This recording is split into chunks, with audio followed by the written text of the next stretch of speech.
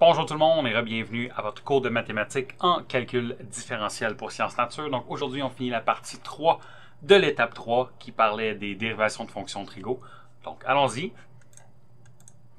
Dernier cours, on a vu le dérivé de sin, cos, tan et sécante. Il nous manque cosécante et cotane, mais vous allez remarquer que ça ressemble beaucoup à sécante et tangente. Donc ici, sécante c'était 1 sur cos, cosécante c'est 1 sur sin. Donc, ici, on peut voir que j'ai juste fait la dérivée de 1 sur sin pour trouver c'est quoi la formule. J'amène le sin en haut à la moins 1 et je dérive ça. Le moins 1 vient en avant, mon exposant devient moins 2. Mon intérieur reste intact, donc j'ai sin tout court. Fois la dérivée de mon intérieur, on n'oublie pas ça, tout doit être dérivé une fois et une seule fois. Je dérive mon sin. D'un coup que j'arrive ici, j'ai moins cos sur mon sin carré, d'un coup, parce que j'ai descendu mon exposant ici. J'ai descendu mon sinus en bas, donc mon exposant est devenu positif. Et d'un coup que j'arrive à ça, c'est juste de le séparer de la manière suivante, c'est-à-dire d'avoir un sinus tout seul avec, on a mis le négatif en avant essentiellement, donc 1 sur sin, et l'autre c'est d'avoir cos sur sin. Cos sur sin, on sait que c'est cotane, c'est comme un tan, mais numérateur et dénominateur inversé. Et 1 sur sin, ben, c'est ce qu'on avait au départ, c'est notre cosécante. Donc on a le négatif en avant, on a le coséquence et on a le cotangente. Donc ça ressemble beaucoup à la dérivée de sécante qui donnait sécante fois tangente, mais il y a un signe négatif de différence ici. Pour le cotangente, ben, quand on a fait la dérivée de tan, on a dérivé sin sur cos. Là, vu qu'on parle de cotangente, on va dériver cos sur sin. On a fait la règle du produit, du quotient plutôt. Et une fois qu'on a tout ça, on se rend compte qu'on peut regrouper nos deux sin ensemble comme un sin carré, nos deux cos ensemble comme un cos carré. Par contre, la différence ici, c'est que en avant du sin carré et en avant du cos carré, il y a un négatif qu'on va mettre en évidence. Ce qui va nous donner l'opération ici. Et sin carré plus cos carré, on sait que ça vaut 1. Dans le cercle trigonométrique, on a vu ça dans le rappel. Donc, à la fin, j'ai moins 1 sur sin carré. Et 1 sur sin, c'est cosécante. Donc, ici, on a moins cosécante carré. Donc, à partir de maintenant, quand on dérive cotangente, on peut directement dire que c'est moins cosécante carré. Évidemment, c'est les formules qui vont être dans votre feuille de formule, mais juste vous montrer que c'est en fait juste la dérivée directement si on fait le développement au long. Donc, on va faire des exemples ici pour voir comment on utilise ça. Donc, en haut à droite, j'ai mis les formules qu'on vient de parler. Donc, si je dérive f de x, je fais la dérivée suivante. Vous voyez ici, là, je commence déjà avec un niveau de difficulté plus haut que d'habitude. Donc, ici, il faut faire attention. Il a l'air d'avoir juste deux termes, mais ici, il y a une multiplication entre le 2x et le cotane. Donc, il va falloir faire attention et traiter ça comme une multiplication. Donc, je vais faire la dérivée du premier moins la dérivée du deuxième. Donc, ici, je vais juste séparer ça comme ça en mettant le 2 en évidence. Donc, quand c'est une constante qui multiplie une fonction, on peut le mettre en avant et juste dériver le reste de la fonction. Donc, dans le premier terme ici, quand on dérive ça, comme j'ai dit, il y a une multiplication entre x et cotane qu'il va falloir prendre en considération. Donc, il va falloir faire la dérivée du premier. Le x va disparaître, va devenir 1. Le cotane reste intact, plus le premier qui reste intact, dérivé du second. Donc, ici, on a le cotane qui devient toute cette partie-là ici. La dérivée de cotane, c'est, comme on vient de dire, moins cosécante carré. Donc, moins cosécante carré avec l'intérieur, encore une fois, qui reste intact. On se rappelle, dans les trigos, l'angle ne va pas changer avec la dérivée parce que l'intérieur reste intact. Par contre, il ne faut pas oublier de multiplier ici par la dérivée intérieure. Donc, le 3, c'est la dérivée de notre 3x plus 7. Donc, tout ça ici, c'est la dérivée de notre cotane avec notre intérieur. Ensuite, on va faire moins la dérivée de l'autre bord. Bien, la dérivée de cosécante, on a dit que c'était moins cosécante fois cotangente. Par contre, encore une fois, on a un intérieur ici qui est x carré, ce qui veut dire que, un peu comme sécante, le x se ramasse aux deux endroits différents. Donc, même chose ici. Quand je vais faire la dérivée, je vais avoir mon intérieur x carré qui va se ramasser à l'intérieur du cosécante et à l'intérieur du cotangente. Il va comme se décupler. Donc, dans chacune des fonctions trigo qu'on vient de mettre, l'intérieur reste intact, c'est le même intérieur. Mais encore une fois, il ne faut pas oublier de multiplier par la dérivée de cet intérieur-là ici. Donc, la dérivée de x carré me donne 2x. Et là, ce que je vais faire ensuite, c'est que je vais juste... Ici, on va faire des manipulations. J'ai vu que lui avait un 2 et lui aussi avait un 2 à l'intérieur. Ça, c'est... Si on veut, ça, c'est notre premier terme et ça, c'est notre deuxième terme. Donc, j'ai mis un 2 en évidence. Et tout ce que j'ai fait, c'est que j'ai fait un petit peu de ménage. Donc, par exemple, ici, j'ai mis le 3 et le x en avant et j'ai mis un négatif que j'ai mis aussi avec en avant de tout ça. Donc, le moins, le 3 et le x me dit moins 3x et j'ai rajouté le reste de l'expression. Donc, ça, c'est juste du ménage, c'est pas obligatoire. C'est juste comme j'ai dit, moi, j'ai tendance à mettre tous mes signes en avant, mettre toutes mes constantes en avant, puis tous mes polynômes en avant. Puis après ça, je mets le restant de mes fonctions. Donc, une manière de faire. Et ici, on voit que j'ai moins. Donc ça, c'est important de l'annuler pour voir qu'effectivement, ça va donner un plus. Et encore là, ce que j'ai fait, c'est que j'ai répété les fonctions. Et le X, j'ai été le mettre en avant. C'est pour ça qu'il apparaît ici. Et le 2, je l'avais déjà mis en évidence. Bon, mettre en évidence le 2 ici, ça ne sauve pas énormément d'écriture. On aurait pu juste le rajouter aux deux termes. Vu que c'est une constante, ça ne me dérange pas trop. Donc vraiment, c'est juste d'y aller étape par étape. Donc quand on a fait ici le dérivé, il faut faire attention au produit, bien faire la règle du produit et toujours s'assurer qu'on a dérivé tout jusqu'à temps qu'on se rende à la dérivée de l'intérieur le plus possible. Et comme j'ai dit, regrouper les termes à la fin pour que ça soit un petit peu plus clair. Deux autres exemples ici. Donc on mélange maintenant avec une fonction exponentielle. Donc j'ai 3 exposants cotangente à la moins x. Donc, j'ai moins x à l'intérieur d'un cotangente à l'intérieur d'un exponentiel. Donc, on commence à mélanger ça. La dérivée d'un exponentiel en base 3, on se rappelle que la dérivée de 3 à la x, c'est 3 à la x ln de 3. Donc, on va avoir ça qui apparaît. Par contre, ici, c'est pas à la x, c'est à la cotane de moins x. Hein. L'exposant reste intact parce que c'est mon intérieur. Donc, ça ici, c'est la dérivée de ma forme exponentielle avec l'intérieur qui reste intact. Et je multiplie par la dérivée de mon intérieur. Donc, il manque la dérivée de cotane. Mais ça, on sait comment le faire. On vient de voir la dérivée de cotane. Par contre, faites attention, ici, l'intérieur, c'est moins x. Donc, on va utiliser la formule, mais au lieu d'être x tout seul, ça va être moins x à l'intérieur. Donc, je vais juste répéter ça ici. La dérivée de cotane, c'est moins coséquente carrée avec mon intérieur ici qui reste intact. Mais il ne faut pas oublier de multiplier par la dérivée de l'intérieur. Donc, c'est pour ça qu'on a un moins 1 qui apparaît ici. Et là, on peut juste réaliser qu'on a moins coséquente carrée et moins 1 qui sont toutes en multiplication. Donc, les deux moins vont s'annuler et ça va me donner ça ici comme expression finale. Allons-y avec le prochain. Donc, ici, j'ai coséquente au carré.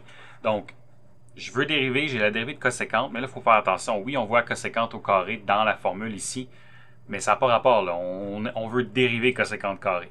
Donc, il faut partir vraiment de la dérivée de coséquente.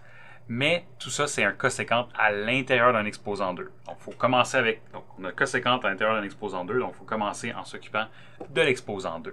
Donc, qu'est-ce qu'on fait? Le 2 vient en avant, l'exposant descend à 1 et mon intérieur reste intact. Donc, c'est pour ça qu'on n'a pas encore dérivé notre coséquente. C'est parce qu'il est à l'intérieur d'un exposant 2. Et ensuite de ça, je multiplie par la dérivée de l'intérieur. Donc, tout doit être dérivé une fois et une seule fois. Donc, il faut que je dérive ce coséquente-là ici. Je répète ma première partie. Et la dérivée de coséquente, bien, on a vu en haut que c'est moins coséquente fois cotangente. Donc, tout simplement, moins coséquente fois cotangente.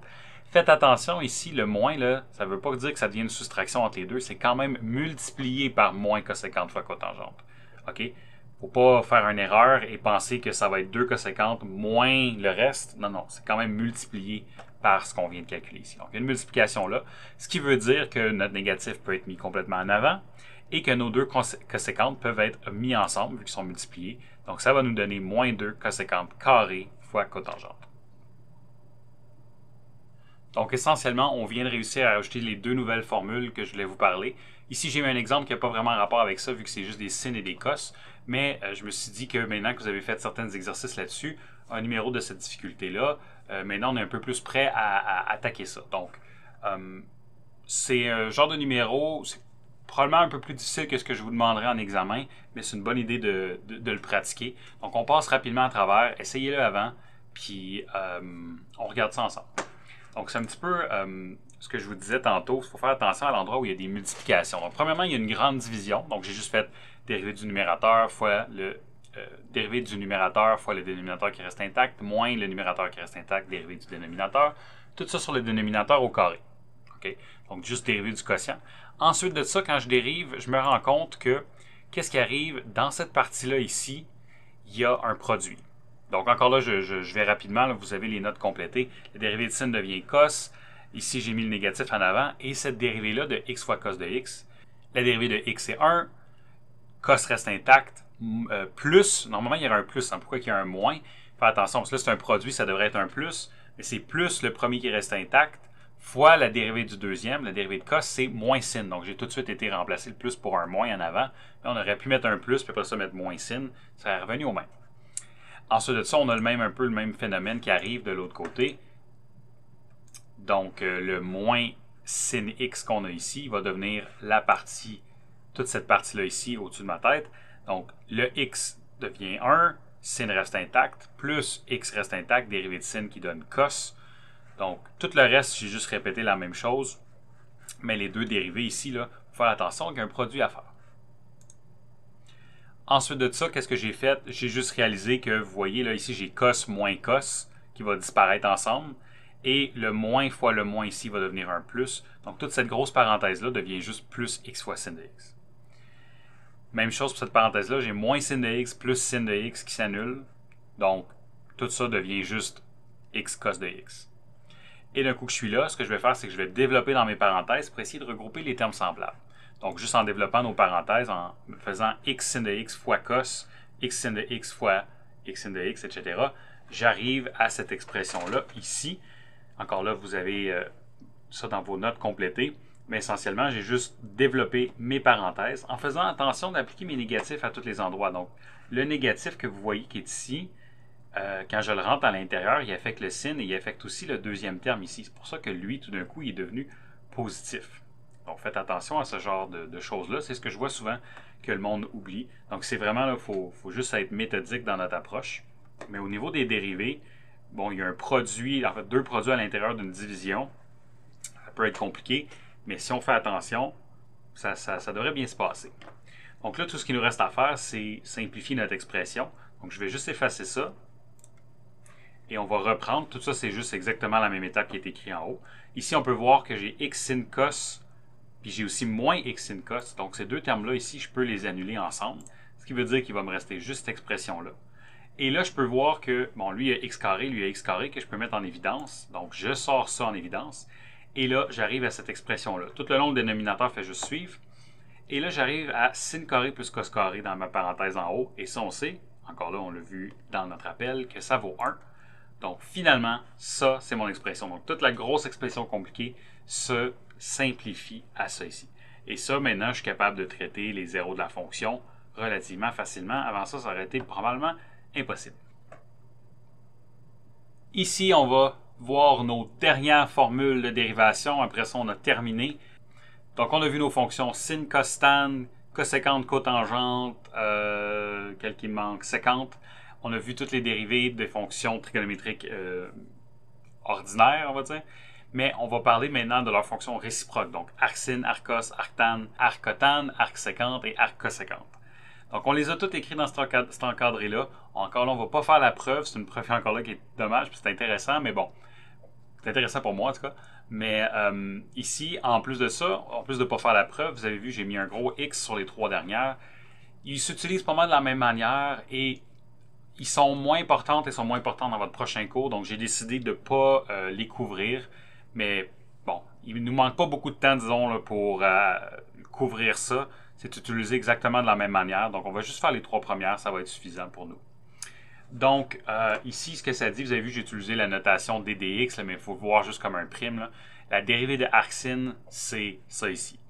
Ce qu'il faut faire attention, c'est que notre intérieur, comme d'habitude, notre intérieur ici qui est x, se ramasse ici en bas à droite, dans une racine, dans un exposant 2. Donc, si j'ai un intérieur qui est là, il va falloir qu'il se ramasse, qu'il remplace le x au complet ici. Fait que ça veut dire que si j'ai une fonction, quand je vais faire ma dérivée, la fonction va devenir au carré ici à l'intérieur. Donc, on va faire des exemples de ça, mais juste faites attention dans l'utilisation de ces dérivés-là. Donc, on va carrément y aller. Si je vous demande la dérivée de arcsin plus arccos, ben, la dérivée de arcsin, c'est quoi? C'est ça. Fait que je vais le remplacer dans mon expression. Hein? On a ça ici comme dérivée. Donc, dans mon expression, arcsin devient cette... j'ai carrément pris de ma formule. Et arccos devient moins 1 sur racine de 1 moins x carré. Donc, encore là, j'ai pris directement ici. Parce que mon intérieur, il n'y a rien de spécial, c'est juste arcsin puis arccos tout seul. Et là, on se rend compte que c'est la même chose, mais de signe inverse. Donc, mis ensemble, ça donne 0. Ça devrait avoir l'air étrange. Okay? Ça devrait avoir l'air étrange que je dérive une fonction arcsin plus arccos, puis tout d'un coup, ça donne juste 0. Parce que si la pente, ça me dit que la dérivée est égale à 0, me dit que la pente de la tangente partout sur la fonction est 0. La seule fonction qui a une pente qui est 0 partout, c'est une fonction constante. Mais ça n'a pas l'air d'une fonction constante. Hein? Arcsin plus arccos, ça n'a pas l'air d'une constante. En fait, c'en est une. Hein? Donc, si je dis f de x est une constante, c'en est une. Elle est vraiment écrite un peu bizarre, mais c'en est une. Donc, faut faire attention ici. C'est un peu ça que ça nous dit comme conclusion. Là, je vais juste vous montrer, pour ceux qui sont curieux, pourquoi que vraiment c'est une constante. Comment qu'on pourrait le prouver que c'est une constante. Mais c'est pas à apprendre. Je ne vous demanderai pas de faire ça. Donc, c'est plus par curiosité. Si ça ne vous intéresse pas, vous pouvez sauter jusqu'à temps qu'à la prochaine page.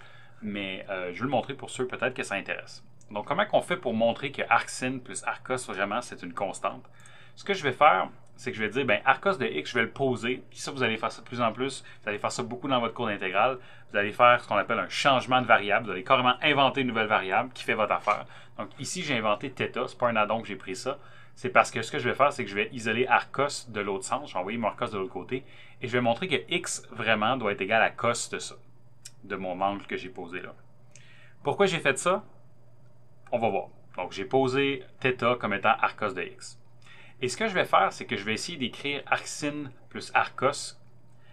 Je vais l'écrire la fonction, mais maintenant, je vais l'écrire en fonction de ce θ-là que je viens de poser, en fonction de l'angle.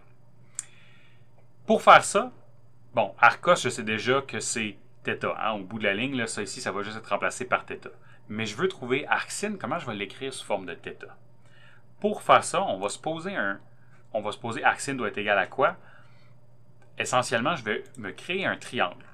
Et encore là, ça, non seulement on va faire ça là, c'est ce qu'on aurait fait dans nos preuves pour montrer ces formules-là, et vous allez en faire, comme j'ai dit dans votre cours d'intégrale, ce genre de triangle-là. Je vais juste le présenter une fois ici. Donc, ce que je vais faire, c'est que je vais poser un triangle rectangle, j'aurais pu mettre le symbole de rectangle ici, avec une hypoténuse de 1. C'est carrément arbitraire, j'ai juste choisi ce triangle-là. Et ce que j'ai fait, c'est que j'ai dit, ben, je vais poser mon angle ici en bas à gauche, et pour que l'équation qui est vraie, qu'on a posée ici, c'est-à-dire que x est égal à cos de θ, pour que ça soit vrai, il faut que le cosinus de l'angle, c'est adjacent sur hypoténuse. Donc, ça va être adjacent, qui est le x ici, sur l'hypoténuse 1. Donc, ça va bien être égal à x. Donc, dans ce triangle-là que j'ai posé, cosinus de θ est vraiment égal à x. C'est vrai. Maintenant, je me pose la question, ben d'abord, arcsin va être égal à quoi? Donc, en gros, sin de quoi va me donner x? Ben, sin, on sait que c'est opposé sur hypoténuse. L'hypoténuse, c'est 1.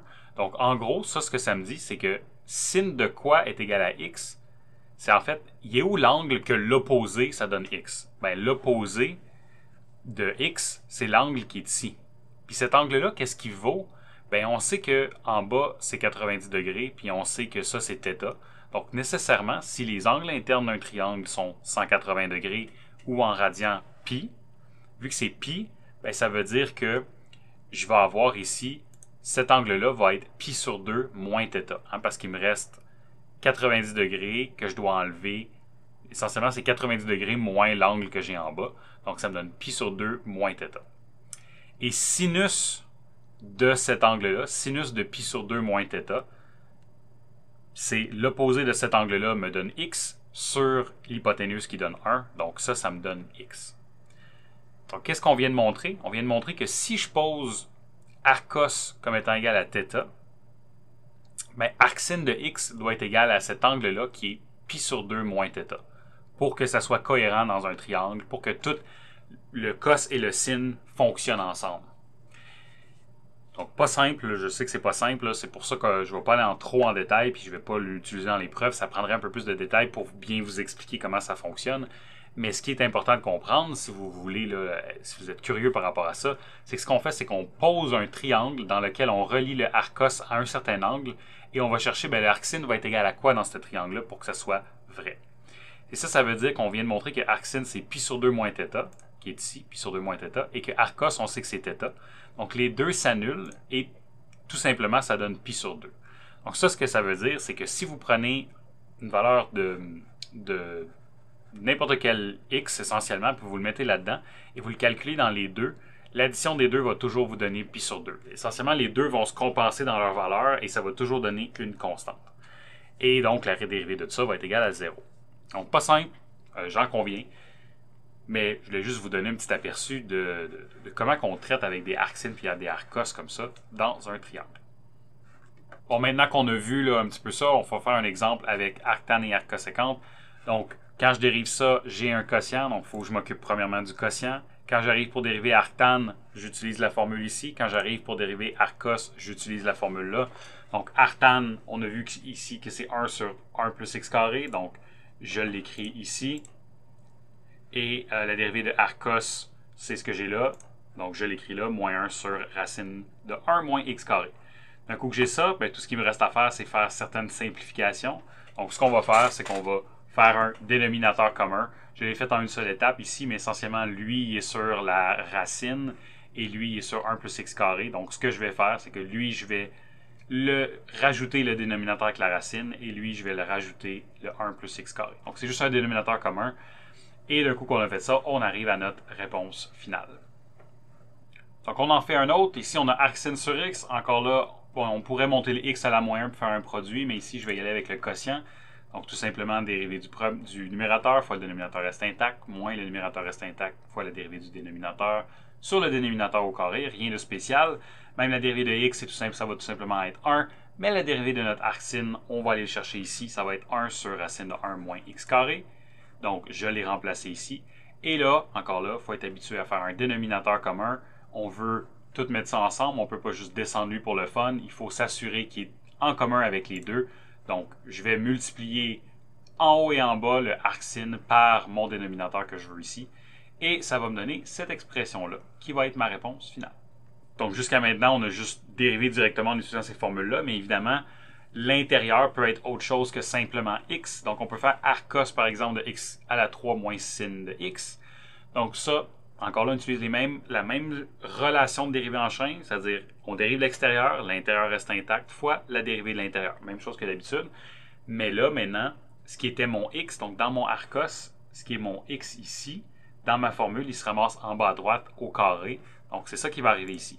C'est-à-dire que, qu'est-ce qu'on peut voir? Je fais la dérivée de arcos. La dérivée d'arcos, c'est moins 1 sur racine de 1 moins x carré. Mais là, c'est pas x à l'intérieur, c'est x3 moins sin x. Donc ça, c'est mon intérieur ici qui est resté intact.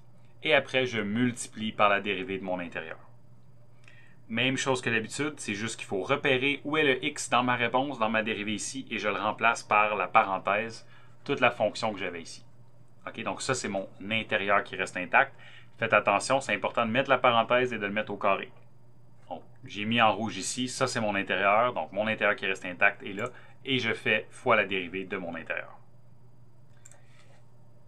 Ensuite de ça, ben, j'ai juste dérivé carrément ça, c'est devenu 3x carré, moins la dérivée de sin, ça donne cos, donc tout ça, et j'ai été le mettre au numérateur.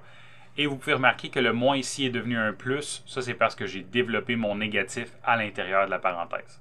Vous voyez là, que je saute de plus en plus des étapes là, de simplification. Pratiquer un petit peu d'être capable de suivre une démarche comme ça. Là. Donc, j'ai juste dérivé et j'ai rentré le négatif à l'intérieur. Et ça, c'est ma réponse finale. Et la dernière dérivée, et non la moindre, donc ici, on a la dérivée on a arctan de racine cubique de t, tout ça à la 3. Donc, essentiellement, on a un racine cubique de t à l'intérieur d'un arctan, à l'intérieur d'un exposant 3. Donc, il faut y aller dans l'autre sens. On veut premièrement dériver l'exposant 3. Donc, le 3 va venir en avant. Mon exposant va devenir 2. Et l'intérieur va rester intact. Donc, mon arctan ne bouge pas. Ensuite de ça, je vais multiplier par ce qui est resté intact, mon intérieur. Là, je vais juste faire suivre ça. La dérivée de mon arctan, la dérivée de arctan, c'est 1 sur 1 plus x carré. Puis, il faut faire attention, mon intérieur, c'est ma racine cubique. Donc, ça va rester intact et ça va aller dans... Ça va remplacer mon x ici. Hein? Donc, ça veut dire que tout ça ici, je l'ai écrit comme t à la 1 tiers, mais c'est ma racine cubique, va remplacer mon x dans mon expression de ma dérivée qui est là. Hein? Donc, j'ai remplacé mon x par ça. Et il ne faut pas que j'oublie. Il ne faut pas arrêter là. Souvent, il y en a qui vont oublier puis vont arrêter là. Mais tout doit être dérivé une fois et une seule fois. Donc, mon t à la 1 tiers doit être dérivé aussi. Donc, je vais multiplier par cette dérivée-là. On peut la faire ici. Donc, tout simplement, ici, j'ai juste mis là, mes deux premiers termes ensemble. C'est-à-dire, ça, c'est mon numérateur et ça, c'est mon dénominateur. Et à la droite, j'ai dérivé 1 tiers. Donc, mon 1 tiers est venu en avant. Et mon exposant descendu de 1 pour devenir moins 2 tiers. Je vais pouvoir, à l'étape d'après, le descendre en bas. Donc, juste pour vous montrer quoi ça a l'air. Donc ici, j'ai juste descendu mon t à la moins 2 tiers en bas, qui est devenu positif. Et vous allez remarquer que mon 1 tiers a annulé mon 3 qui était en avant. Encore là, c'est tout multiplié, donc j'ai le droit d'annuler ces choses-là. S'il y avait eu des additions, je n'aurais pas pu. Mais là, ça, c'est ma réponse finale. Ici, bien que c'était c'est ma réponse finale, je peux aussi l'écrire sous forme de racine. Donc là, tout ce que j'ai fait, c'est que je l'ai ramené sous forme de racine cubique. J'aurais accepté là, la solution écrite avec des exposants fractionnaires. Donc ici, on a vu toutes les formules de dérivation qu'on avait à voir. Je veux juste vous mentionner, vous allez avoir une feuille de formule avec toutes les dérivées qu'on a vues, toutes les formules qu'on a vues. Puis vous allez aussi avoir le cercle trigonométrique. Et vous allez aussi avoir cette feuille-là. Donc cette feuille-là, c'est juste une feuille qui vous donne l'allure générale de sin, cos, tan, coséquente, séquente, cotangente et toutes les fonctions arc associées à ces fonctions-là. Donc c'est juste un graphique pour vous montrer certaines choses. Premièrement, vous avez les domaines de limitation. Donc vous voyez que arc sin est entre moins 1 et 1, arc cos aussi entre moins 1 et 1, alors que les autres, ils ont certaines autres limitations. On n'a pas parlé de arc coséquente puis de arc séquente, mais vous pouvez voir que, mettons, arc coséquente, son domaine n'existe pas entre moins 1 et 1. Donc son domaine, ça va être de moins l'infini jusqu'à moins 1 inclus, ça de 1 jusqu'à l'infini inclus. De 1 inclus jusqu'à l'infini. Donc, ce genre de graphique-là peut vous aider avec le domaine, mais ça peut aussi vous aider avec les limites, parce que là, on va faire des applications, on pourrait techniquement faire des analyses de fonctions complètes avec ça. Donc, on vous met ça parce qu'il y a certaines limites des fois que avec la fonction trigo, c'est un peu moins évident. Donc, vous pouvez utiliser ce graphique-là ici. Quelques exemples. En haut à droite, vous avez qu'est-ce que je fais si je vous demande c'est quoi la limite de x tend vers 3π sur 2 de la droite de tangente. Donc là, il faudrait que j'aille voir dans le graphique de tangente. Je repère il est où 3π sur 2, c'est mon asymptote ici. Et j'arrive de la droite, donc je regarde qu'est-ce qui se passe à cet endroit-là, ici. Donc, qu'est-ce qu'on peut dire? On peut dire que la fonction va tendre vers moins l'infini. Donc, avec le graphique, on arrive à déterminer ça relativement facilement. Si je regarde, mettons, à moins l'infini de arctan, bien, moins l'infini veut dire complètement à gauche de ma fonction arctan. Donc, qu'est-ce qui se passe? Je regarde ici complètement à gauche. Ma fonction va se stabiliser. J'ai une asymptote horizontale. Et sa valeur, qu'est-ce qu'elle est? Elle est moins pi sur 2. Donc, je peux voir que ça va être ma limite. Un autre exemple pour finir. Donc, arc coséquente, c'est le graphique que j'ai juste à gauche ici. À moins l'infini, qu'est-ce qu'il vaut? Bien, je regarde à moins l'infini ici. Il s'en va vers quelle valeur? Il se stabilise vers une asymptote horizontale. Donc, et la valeur de cette asymptote horizontale-là est de pi. Donc, la flèche ici me montre que je me stabilise vers pi. Donc, c'est comme ça qu'on peut utiliser ces graphiques-là. Donc, juste un petit commentaire comme ça, vous allez avoir ça. Vous allez avoir le droit d'avoir ça pour votre examen final. Donc, c'est ce qui conclut les dérivées de fonctions trigo. Vous avez vu, on en a pas mal, puis on a encore le X rouge. Là. Essentiellement, on fait juste rajouter des formules. Si on comprend comment que ça joue ensemble, rajouter une formule n'est plus vraiment un problème. Donc, ça ne devrait pas l'être. Il faut faire vraiment attention avec cet intérieur-là, ce X-là, que s'il est remplacé, s'il n'est pas juste X, il faut vraiment, quand on fait notre dérivée, laisser l'intérieur intact. Donc, il faut remplacer à chaque fois qu'on voit X par notre intérieur qui reste intact. Donc, vous êtes rendu à essayer de pratiquer là, ces nouvelles formules-là. Et ça conclut toutes les fonctions, toutes les dérivations qu'on va faire cette session. Et la semaine prochaine, on va un peu là, incorporer ça avec d'autres choses qu'on a vues dans le passé. Donc, merci pour votre attention et à la prochaine.